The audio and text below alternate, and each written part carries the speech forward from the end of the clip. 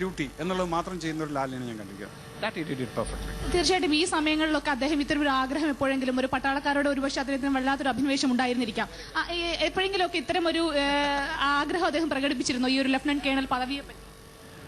അങ്ങനെയുള്ള ആഗ്രഹമല്ല. ലാൽ എന്നുള്ള പ്രതിഭേനെ ഞാൻ പട്ടാള ക്യാമ്പിൽ കണ്ടിരിക്കുന്നത്. അദ്ദേഹത്തിന് ഈ പട്ടാളക്കാരെല്ലാം കാണുന്നതും അവിടുത്തെ സംഭവങ്ങളൊക്കെ കാണുന്ന സമയത്ത് ലാൽ പറയും, അണ്ണാ ഇതെല്ലാം ഇവർക്കെല്ലാം എത്രയധികം കഷ്ടമുണ്ടല്ലേ. So he was taking the things inside.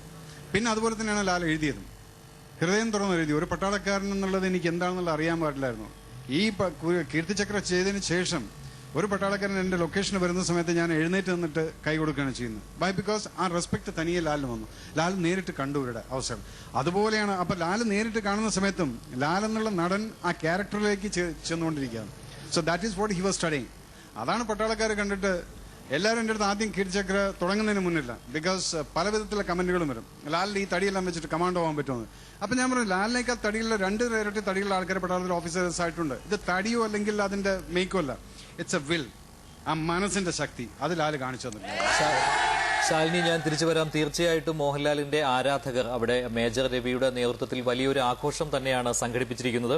ഇപ്പോൾ ആദ്യ ദൃശ്യങ്ങളാണ് കാണുന്നത്. മോഹൻലാൽ ലഫ്റ്റനന്റ് കേണൽ പദവി കരസേനാ മേധാവിയിൽ നിന്ന് സ്വീകരിച്ചതിന് ശേഷം പ്രതിരോധ മന്ത്രി AK ആന്റണിയെ സന്ദർശിച്ചതിന്റെ ദൃശ്യങ്ങളാണ്. കുടുംബാംഗങ്ങളോടൊപ്പം ആണ് മോഹൻലാൽ പ്രതിരോധ മന്ത്രിയെ സന്ദർശിക്കാനായി എത്തിയത്. മോഹൻലാൽ അദ്ദേഹത്തിന്റെ മകനും ഭാര്യയും ഒപ്പമുണ്ട്. സുഹൃത്തുക്കളും അദ്ദേഹത്തോടൊപ്പമുണ്ട്. മകൻ പ്രണവ്, ഭാര്യ സുചിത്ര എന്നിവരോടൊപ്പമാണ് മോഹൻലാൽ ലഫ്റ്റനന്റ് കേണൽ പദവി കിട്ടിയതിനു ശേഷം പ്രതിരോധ മന്ത്രി AK ആന്റണിയെ സന്ദർശിക്കാൻ എത്തിയത്. ഇതിനും അല്പം മുൻപായിരുന്നു കരസേനാ മേധാവി മോഹൻലാലിന് ലഫ്റ്റനന്റ് കേണൽ പദവി സമ്മാനിച്ചത്. ടെറിട്ടോറിയൽ ആർമിയിൽ ഇനി ലഫ്റ്റനന്റ് കേണലായിരിക്കും മോഹൻലാൽ.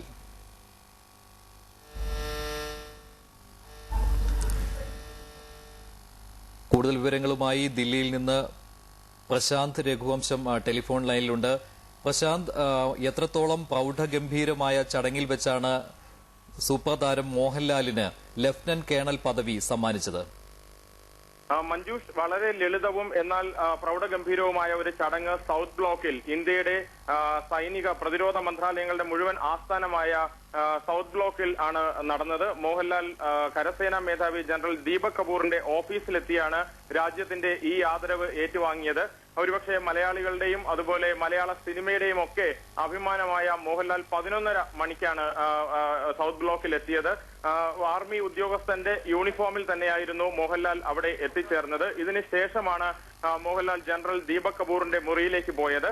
അവിടെ ഉന്നത സൈനിക ഉദ്യോഗസ്ഥരുടെ സാന്നിധ്യത്തിൽ ജനറൽ ദീപക് കപൂർ മോഹൻലാലിനെ ടെറിട്ടോറിയൽ ആർമിയിലേക്ക് ക്ഷണിക്കുകയായിരുന്നു. കഴിഞ്ഞ വർഷം ഒക്ടോബറിലാണ് ഇതിനു മുമ്പ് ഇത്തരത്തിലൊരു ചടങ്ങ് സൗത്ത് ബ്ലോക്കിൽ നടന്നത്. അന്ന് ഇന്ത്യൻ ക്രിക്കറ്റിന്റെ മുൻ നായകൻ കപിൽ ദേവിനെയാണ് ടെറിട്ടോറിയൽ ആർമിയിലേക്ക് ക്ഷണിച്ചത്. പല പ്രമുഖ താരങ്ങളും ഷാരൂഖ് ഖാൻ, നാനാ പടേക്കർ ഉൾപ്പെടെയുള്ള പല ഹിന്ദിയിലെ പ്രമുഖ താരങ്ങളും ടെറിട്ടോറിയൽ ആർമിയിൽ ചേരാനുള്ള ആഗ്രഹം നേരത്തെ പ്രകടിപ്പിച്ചിരുന്നെങ്കിലും പ്രതിരോധ മന്ത്രാലയവും കരസേനയും മറ്റും മോഹൻലാലിനെ ആ സ്ഥാനത്തേക്ക് കൊണ്ടുവരാനാണ് താല്പര്യം പ്രകടിപ്പിച്ചത്. അതിന്റെ തീരുമാനം രാഷ്ട്രപതി തിരിച്ചു വരാം. ഇപ്പോൾ പ്രതിരോധ മന്ത്രി AK ആന്റണി സംസാരിക്കുകയാണ് മോഹൻലാലിനോടൊപ്പം. Special occasion is very rare as far as we are concerned. 2 years back, we gave this honor to India's famous cricketer Kapil Dev. Now, this time, well-known and very popular film actor Mohanlal. I think for the film world, this is the first time anybody is entering the territorial army. First time from the film world, a well-known person is entering the territorial army. I am sure Mohanlal's decision to be part of the territorial army, that way to be part of the our security force in times of necessity. I think this will give inspiration to the younger generation to join the armed forces, and this will give inspiration to them to sacrifice for the country also. So I welcome Sri Mohanlal for his daring and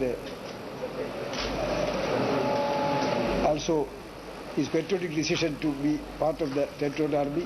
I am sure he will do his best to popularize the values of Territorial Army and our armed forces among the younger generations. ഇനി മലയാളത്തിൽ പറയുകയാണെങ്കിൽ ഇത് വളരെ അപൂർവമായിട്ടുള്ളൊരു അവസരമാണ്.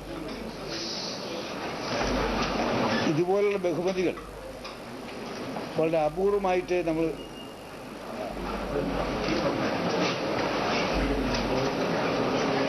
Army സർവീസിൽ സേവനമനുഷ്ഠിച്ച് അതിനുശേഷം പുറത്തു വന്ന് അല്ലാത്ത ആൾക്കാർക്ക് കൊടുക്കുന്നത് വളരെ അപൂർവമായിട്ടാണ്. ഞാൻ വന്നതിന് ശേഷം രണ്ടാമത്തെ അവസരമാണ്.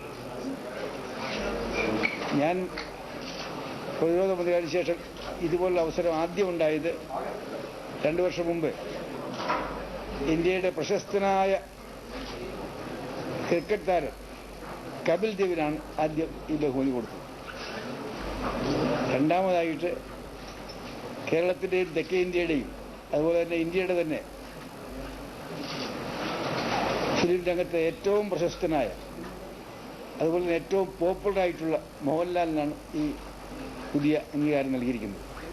മോഹൻലാൽ ടെറിട്ടോറിയൽ ആർമിയിൽ പ്രവർത്തിക്കാൻ തീരുമാനിച്ചത് തികച്ചും അഭിനന്ദനാർഹമായിട്ടുള്ള കാര്യമാണ്. എനിക്ക് വിശ്വാസമുണ്ട് അദ്ദേഹത്തിൻ്റെ വരവോടുകൂടി നമ്മുടെ വിദ്യാർത്ഥികളിൽ ചെറുപ്പക്കാരിൽ കൂടുതൽ രാജ്യസ്നേഹം വളർത്താനും അതുപോലെ തന്നെ സൈനിക സേവനത്തിനും കൂടുതൽ ചെറുപ്പക്കാരെ ആകർഷിക്കുവാനും മോഹൻലാലിൻ്റെ പ്രവർത്തനങ്ങൾ ഉപകരിക്കുമെന്ന് വിചാരിക്കുന്നു. ഇങ്ങനെയുള്ള ഈ ഏറ്റവും നല്ലൊരു തീരുമാനമെടുത്ത മോഹൻലാലിന് ഞാൻ എല്ലാ ആശംസകളും നേരുന്നു.